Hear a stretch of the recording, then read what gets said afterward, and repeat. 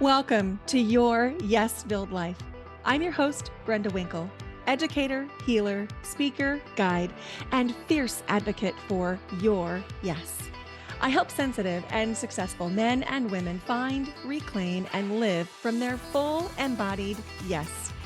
Through empowering you to understand your energetic hygiene, establish healthy boundaries, and heal your nervous system, you'll be able to create your yes-filled life and move through your days with more freedom, more ease, and more joy. You'll hear inspiring stories of people who found their full-bodied yes, thought leaders who pursued their own dreams and are living life on their terms, and learn new ways to find the courage, joy, ease, and freedom to more fully step into your yes-filled life. Say no to the good so you can say yes to the great. Join me on this journey to discover your yes-filled life. Whether you're looking to break free from the golden handcuffs, start a new business, find your dream job, or simply live with more intention and mindfulness, I've got you covered. Let's explore the possibilities together and make your dreams a reality. Ready? Let's do this. Let's get you to your yes-filled life. Does this sound like you? You want to develop healthier, energetic boundaries. You're either a sponge and absorb everything, or you feel completely closed off and isolated, and you're ready to feel balanced.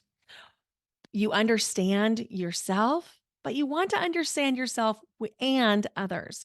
Sometimes you feel almost aloof or insensitive, while other times you feel like an overly sensitive doormat that takes on everything from everyone. You want to find that sweet spot in the middle where you can access yourself and the group or the other people around you. And maybe this sounds like you. You want to add some energy work practices to your life to set space, or clear energy from yourself, your loved ones, or the people that you support. Invitation to come join me at the Understanding Energy Masterclass. In this masterclass, we'll be doing a deep dive into what I call unconscious or subconscious empathy, how you can take on the feeling states of people about situations or even yourself that aren't yours. We'll talk about what to do in that situation. We'll talk about how you can set space in a way that feels really energetically aligned so that you can live and work it with the most ease possible. We'll also talk about some simple practices that you can add to your daily life that will really elevate and amplify your own energy. To register, go to brendawinkle.com/understand energy, all one word, or click the link in the show notes. This is a free masterclass on July 19th from 8 to 9:30 a.m. Pacific. And yes, of course, there will be a replay. Hope to see you there. Hello, and welcome to Your Yes Filled Life. I'm your host, Brenda Winkle. Today on the podcast, I'm going to take you behind the scenes with me into the first 3.5 weeks of full time travel and sharing a little bit about what that experience has been like, what it was like to actually go through the moving process, some of the things I was feeling and thinking. But most importantly, we're going to be talking about how you can create an increased sense of agency in your life. Why would you want to have more agency in your life? Well, if we look at the definition of agency, it's basically feeling like you have the power to create change in your own life. Or, in other words, another way to say it might be you have the ability to change things if you so choose. When we have a sense of agency, there's a lot of research linking agency to improved mental health, to greatest satisfaction in your life in general, and a feeling of happiness in your life. It all comes back to agency. Do you have choice? And today I'm going to be talking about 5 simple things you can do to increase your felt sense of agency. And I'm gonna tie it into the full-time travel. So you're in for a juicy episode. Before I go too much further, I want to invite you into something very special. I'm hosting a retreat called the Energetic Mastery Retreat in Beaverton, Oregon, September 24th through 28th. This is a retreat for anyone who is sensitive, empathic, and intuitive. And if you have ever wondered how you can take on less energy from other people, how you can maintain your own sovereignty, this retreat is for you. We're going to be talking about how to set space, how to clear energy. And I'll be showing you techniques and ways that you can maintain your connection with another person and create a sense of sovereignty. So, for example, if you are really highly sensitive and very empathic or intuitive, let me just see if this rings a bell for you, because it certainly has happened to me. Someone decides they like you, whether it's a friend or a romantic a potential romantic partner, and you know that when you're not with them, that you don't reciprocate those feelings. But when you're together, it's like you're just swept up into this wave and you keep wondering, why am I feeling this way? Because before I left the house, I was telling myself I wasn't sure that this was going to work. But now I just feel like totally in it. Like this might be my best friend or the one. If you've ever had that experience, you're with the person and you're like, "Oh my god, I think this is might be the best friendship I've ever had," or "This might be my romantic partner. This is the one." And then you go home and you're like, "What was I thinking? Why did I feel that way when I was with them? And now that I'm home, I'm like, why did I spend 3 hours with them? That wasn't even a good way to spend my time." If you've ever felt that way, it's because you are picking up their energy and you don't have appropriate energetic boundaries set so that you can differentiate their feelings towards you from your feelings towards them. So, we're going to be talking about that and then so much more that you can apply to your clients, your students, your children, your family, your loved ones, and your career as I teach you all of my energy work secrets over the 5 days that we'll spend together in Beaverton, Oregon. I'm going to put the link in the show notes where you can learn more and apply, or you can go directly to brendawinkle.com/energetic. And it is by application only. There are 5 spots left. So if you think that you have even a curiosity around this retreat, I invite you to book your discovery call so we can have a conversation and take the next steps. Now, let's dive into our content for today about how to create more agency in your life. Dr. Joe Dispenza is one of the leading researchers about brain science and thoughts, meditation, and the power to change your life. He says that you think roughly 60 to 70,000 thoughts every single day. And 90% of those thoughts are the same thoughts as the day before. Now, if you're thinking, let's just say for easy math, 70,000 thoughts a day, and 90% of those thoughts are the same thoughts you thought yesterday, no wonder it feels like creating change in your life is hard. If you're thinking the same thoughts 90% of the time, but you want to create changes, you're kind of coming up against a brick wall. So, I'm going to tell you the 5 ways that you can implement new thoughts, which will lead to an increased sense of agency or choice around your life. Now, these are very simple, accessible things that everyone can do.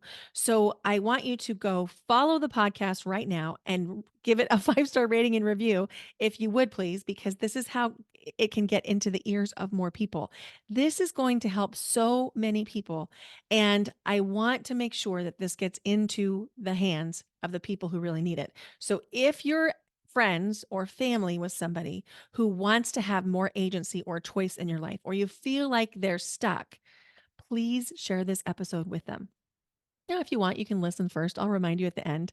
But this is going to be some juicy stuff and really, really accessible. It doesn't matter what your ability level is, what your socioeconomic status is. You can do these 5 things. Here we go. Number 1, you can take new routes when you're going to familiar places. So there's a process, a neurological process called neurogenesis. In neurogenesis, some of the cells in the brain grow and heal, and new neurons and new connections between the existing neurons are formed in neurogenesis. The way that we can create neurogenesis is by having new experiences. So, when we have new experiences or we build new skills, we're creating this process called neurogenesis. We're actually bringing in new brain cells. Now, if you have new brain cells, you're probably also going to have new thoughts. And with the new thoughts will come an increased sense of agency. Why would having new thoughts increase your sense of agency? Well, if you're telling yourself the story, you're stuck in your story about why you can't create the change in your life. For example, maybe you're in a job that you hate and you keep telling yourself, well, gosh, I just have 7 years till retirement and I can't possibly make a change because it's 7 years. And, the change itself would be too hard. Never mind that I spend tons of bandwidth enduring this job that I hate, but I'm just going to live through another 7 years. That is an example of someone who's really, really stuck. Now, if that's you, there's so much love for this. I've been in this place. It's very relatable, and you don't have to stay stuck.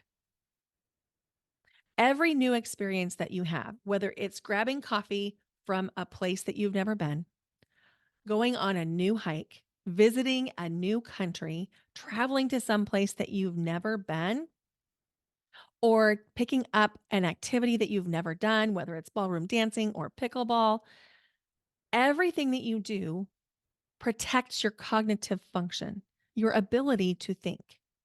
It also prevents age related degeneration. And it's a way for you to think new thoughts because you have new stimulation.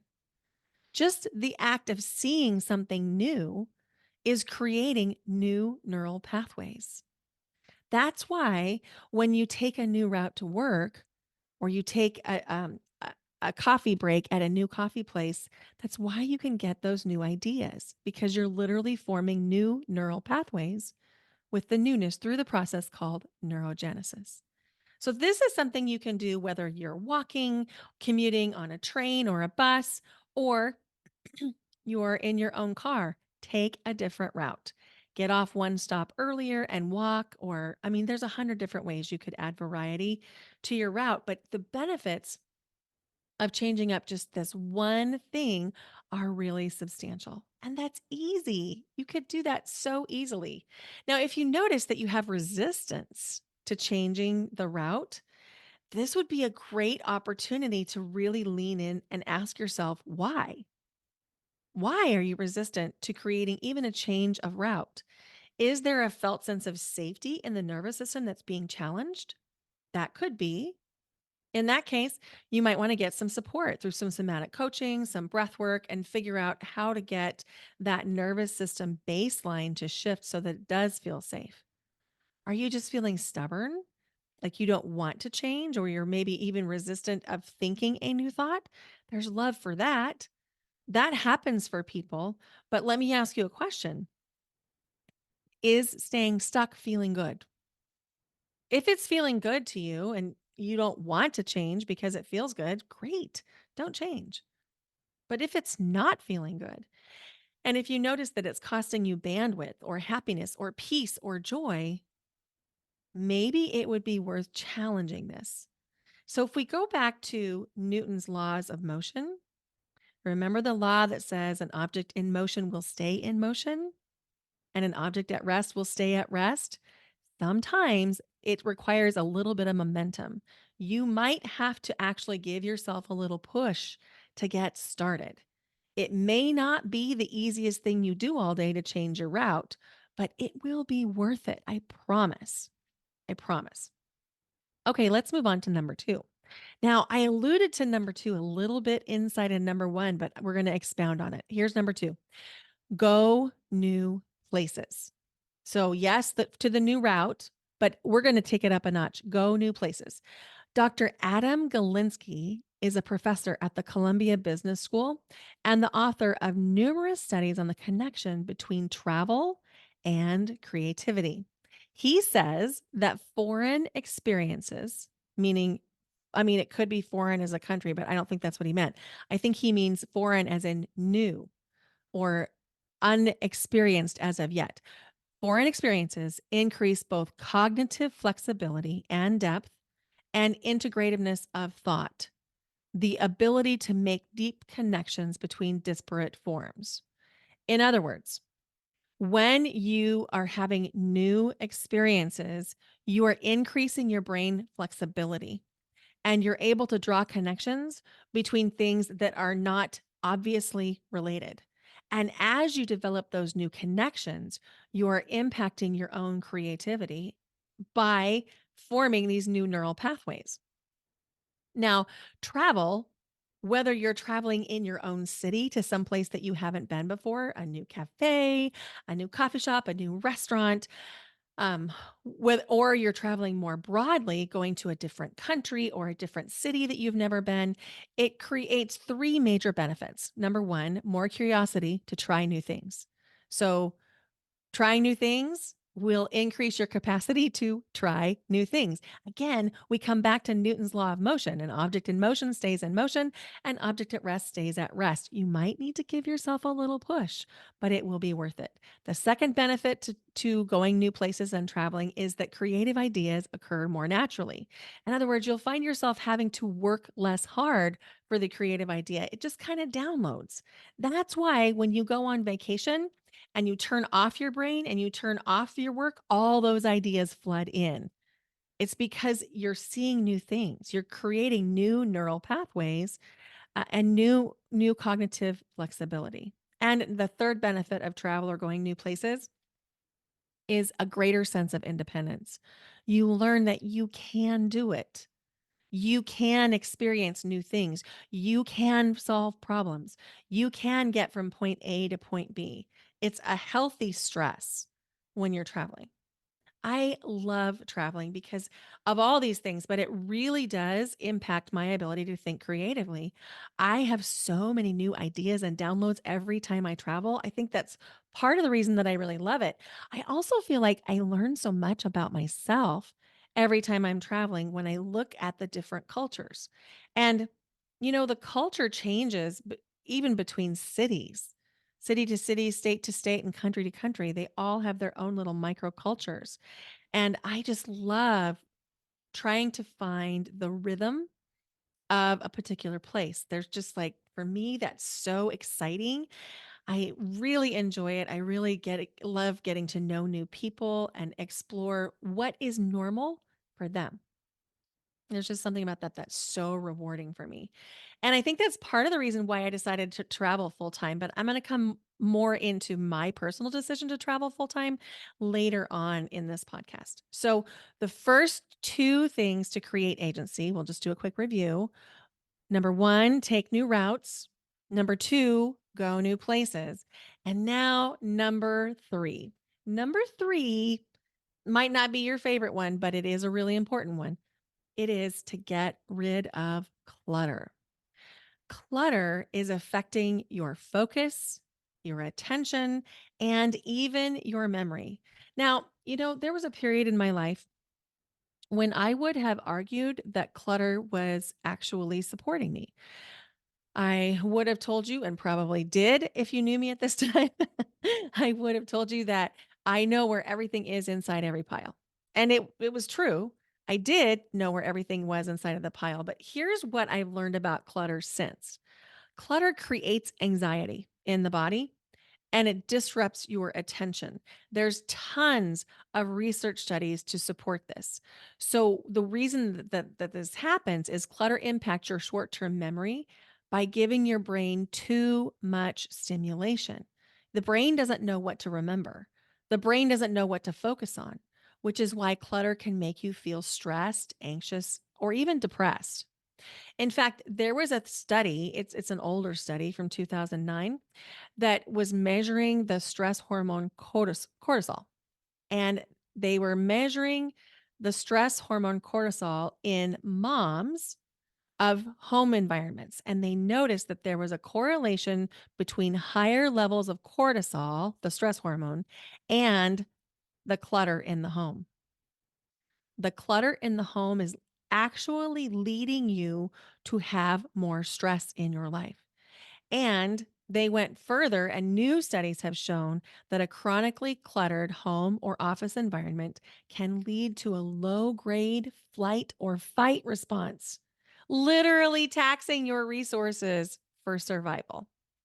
So, the clutter that you think isn't actually that big a problem is a huge problem. And there are tons of studies linking your ability to remember things on for short-term memory when you're surrounded by clutter. Now, clutter is one of those things that sometimes it's easy to say, but all these things are important to me. I love them. And I so get this. I come from a family who my mom, oh my gosh, she loves trinkets and tchotchkes, and she likes to actually change out some of the decor each season because she has so many different kinds of decorative items. And, there is a case to be made that having things that you love around you is actually supportive. But when those things around you become clutter, like piles or just too much of a good thing, it's taxing you in ways that you can't quite even imagine. And this is this is such an issue for people that don't know where their anxiety or depression or even ADHD is coming from, and it's coming from their home environment. That's why I developed a course called Inviting Your Yes, which is going to relaunch this fall. Inviting your yes is about all the ways that you can use energy work to create a home and life that you love. We'll be digging into ways that you can reduce clutter, ways that you can use energy work to create a smooth, really supportive energy in your home, and ways to use things like crystals or sage to also impact the energy of your home. It's not available yet, and I don't even have a wait list yet, but just know inviting your yes is coming in the fall of 2024. So, the fourth thing that you can do to increase your sense of agency is to release the things that don't bring you joy or that you don't use. Why? Well, because when you are making conscious decisions about the things that you're getting ready to release, you're claiming your agency. And I said right at the beginning of this episode that there's a direct correlation between the mental health of people who have agency. In other words, you'll have improved mental health with an increased sense of agency. And one of the ways that you can increase your sense of agency is by making those decisions around your home.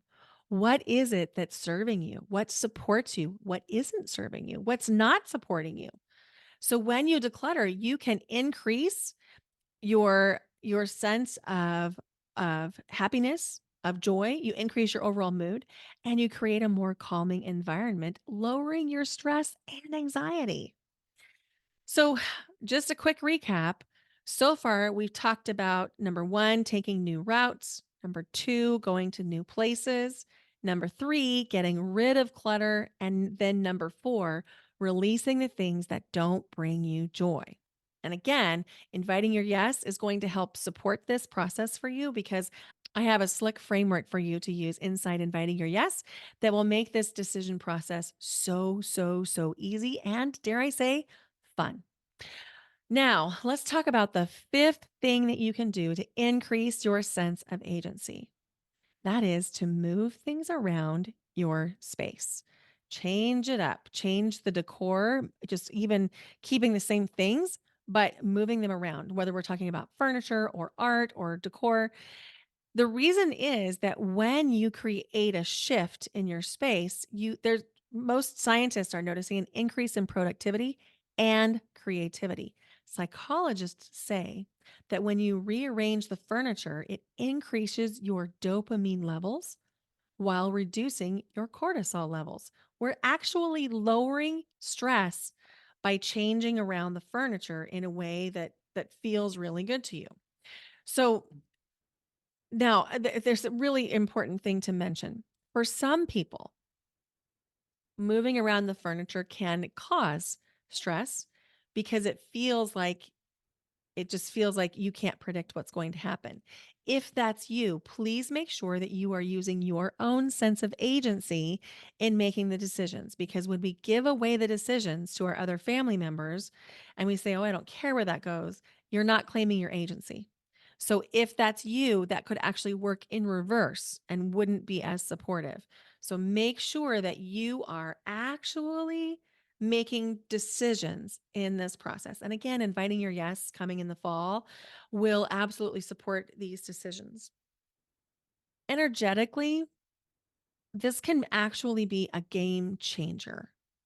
So if you've got furniture that's blocking the energy from coming into your home, it can actually block opportunities and abundance from coming into the home too. Again, with clutter, same thing. You can block opportunities and abundance with the clutter in your home. But when we open up a space with furniture that is really, really smartly placed, you can create a beautiful flow of energy that welcomes people in for conversation, that welcomes opportunities and abundance in. And if you go back to listen to the podcast with Lynn Stanek, she talked a lot about this in staging homes, but this applies to the home that you live in as well. If you can't move around your living space in a way that is feels easy, invitation to see if you can either reduce the amount of furniture in the room or change the placement of the room or of the furniture in the room so that you can move around more easily because it really does make a difference. And I actually have a sixth bonus one, a bonus way that you can have an increased sense of agency, and that is to move yourself. Now, I want to weave this in, all of this talk about agency, into my experience of traveling full time. So, this has been something that's been on my head and in my heart for about 18 months. There's so many reasons that I wanted this. One is I want the flexibility to visit my family members who live in different parts of the country. And the second thing is I just love travel. And the third thing, which is probably most alive for me right now, is I'm doing such deep personal growth work that my outside environment is not reflecting the inside changes quickly enough because I am growing and evolving at such a rapid rate that I just can't quite get my outside environment to reflect all the changes fast enough.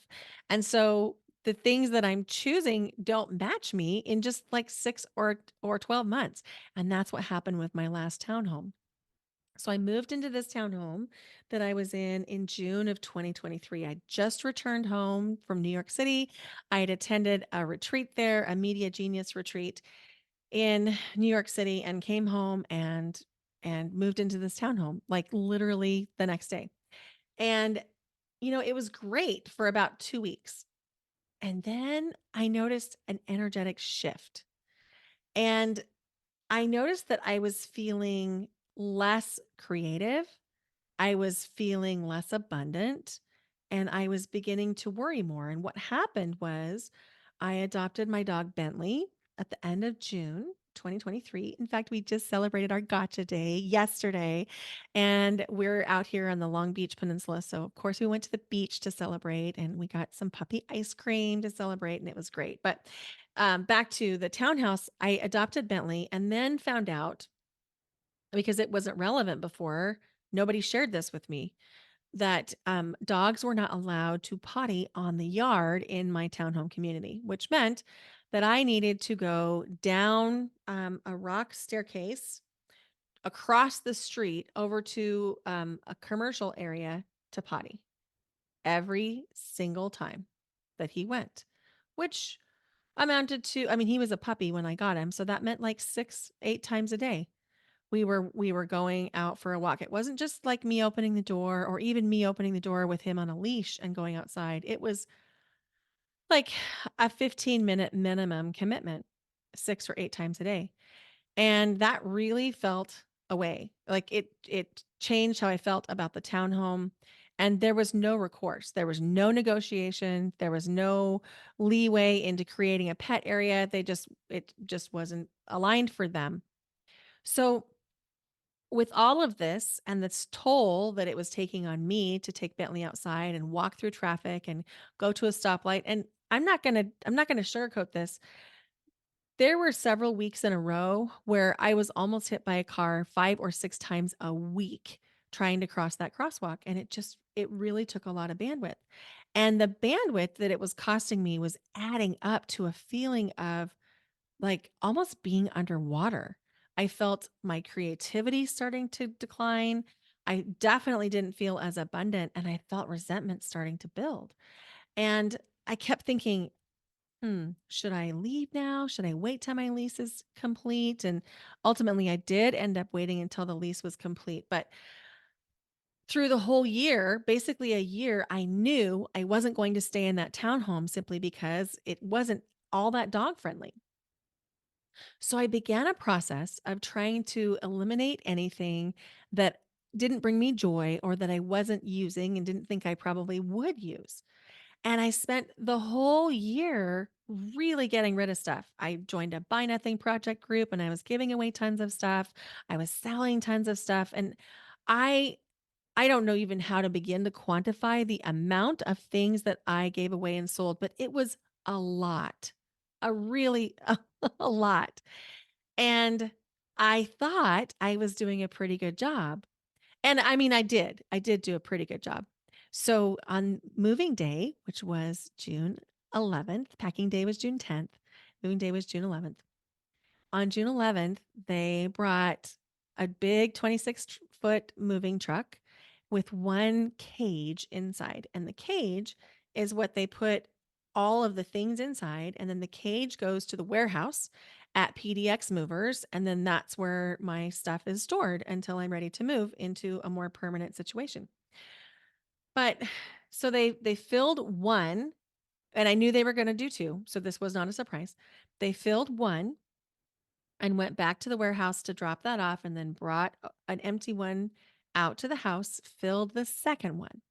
And I was still adding things to the storage crate and also trying to discern which items I needed to have with me full time in the car, either full time in the car until I could go put it back into storage after the moving process was done so I could have access to them, or full time with me, like, for example, my computer and my mic, because I'm podcasting right now on the road, that kind of stuff. So I was trying to discern that. And the night before the movers came, I did a trial run and I packed the car with my computer, my big iMac, and my suitcases. I have two suitcases, and then I had a bunch of food items that I was like shelf staple kinds of things that I was going to try and move that I've actually eaten off of for the last 3.5 weeks. There was so much.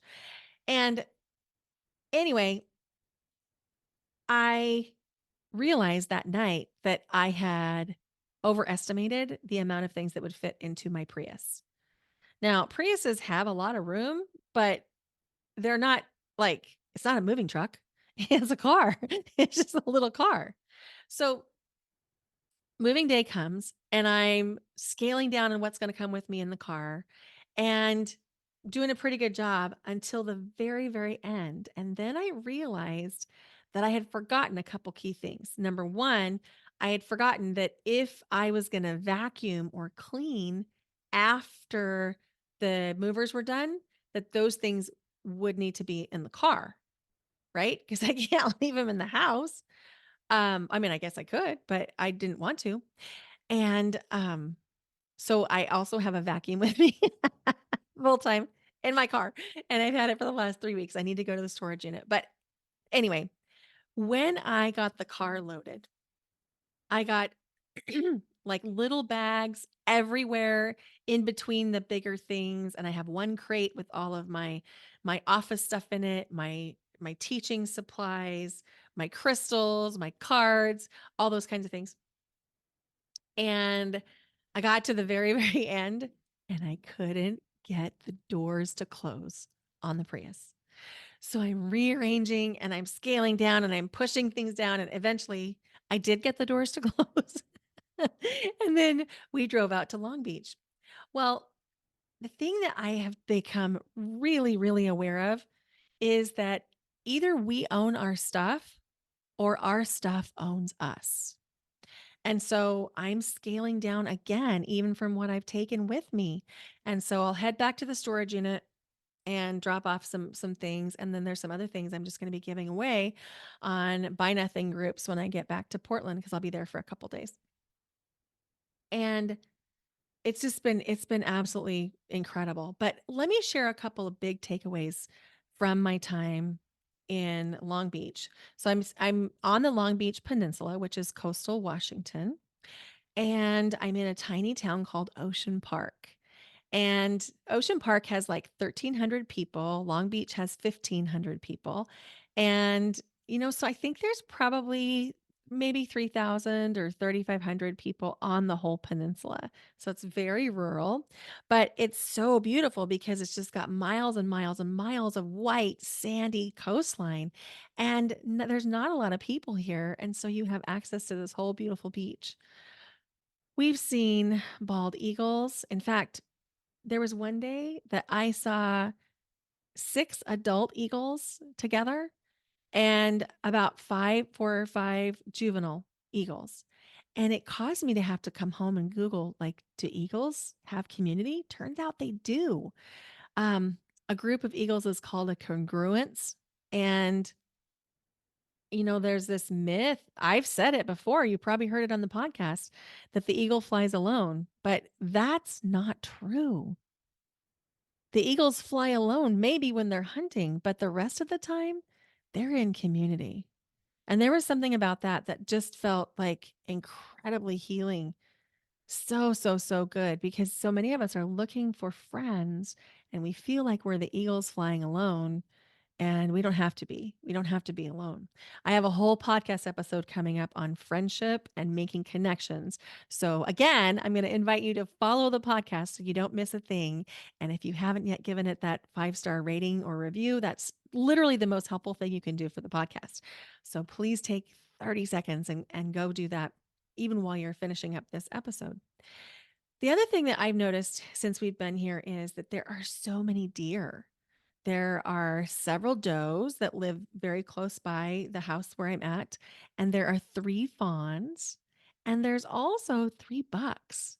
So they're like the male deer with the big head of antlers, and I don't know exactly how to describe it because I'm not super educated in how you point a buck, but I know there's like a 3-point, 5-point, whatever. These have big sets of antlers on them, and the energy that they have is so peaceful and so loving. And to lock eyes with one of these beings when they're like 15 feet away is something I've never experienced until this trip. And to feel into the soul of that animal was just literally life changing. To feel the strength and the power and yet the gentleness and the peace. It's been so, so, so powerful. So I'll also have an episode coming up on all the big takeaways from living in Long Beach, Washington. But yeah, follow along for that. So we head out, we being me and Bentley, on Wednesday, July 3rd. So by the time this podcast airs, we'll be on the road again, headed back to Beaverton to celebrate the 4th of July with my daughter, and then headed on to Madison, Wisconsin to visit my family. And then I'll keep you posted. I haven't made decisions yet. I have a couple of options that I'm weighing, but the freedom that I feel in being able to wait until I feel it in my body, what the next right choice is literally intoxicating. Like it feels so good to be able to just wait and be patient and be still until the decision lands. And it does always land. But if I try and force it before it's ready, then I end up making some wonky choices. In fact, that might be a good lesson for all of us. Like, wait until it feels like it's totally aligned. And that's another way that we can claim our agency, right? And that brings us back to that was the whole purpose of this podcast episode is to really promote a greater sense of agency for you so that you can create the changes in your life that you want to make. And so we talked about 5 ways and a bonus way that you can do that, create that sense of agency. Number 1, take new routes. Go to a different direction, a different way. Number 2, go to new places. That way you can create that greater sense of cognitive flexibility and increase your creativity. Number 3, get rid of clutter to increase your focus, your attention, and your memory, as well as preventing anxiety and depression and actually increasing your felt sense of happiness, joy, and freedom. And number 4, release things that don't bring you joy and that you don't use, because decluttering will not only increase your attention, your memory, but it will also release stress and anxiety.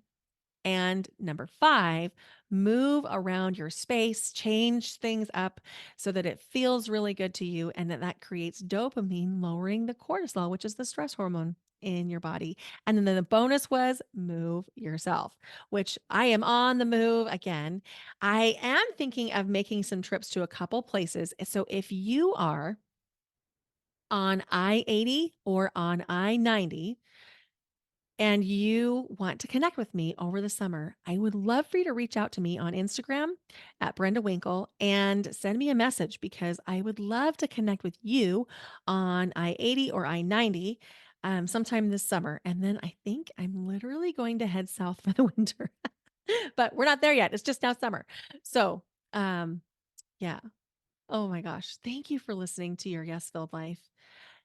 It just means so much to me that you're here, that you're listening. And my goal is to give you more and more tools, more strategies, more frameworks on ways that you can create your yes filled life. And then this is something I'm new that I'm trying. So if you like this, if you feel like this is supportive, I'd love some feedback from you. Either send me an email or DM me on Instagram and let me know that this is supportive and helpful for you.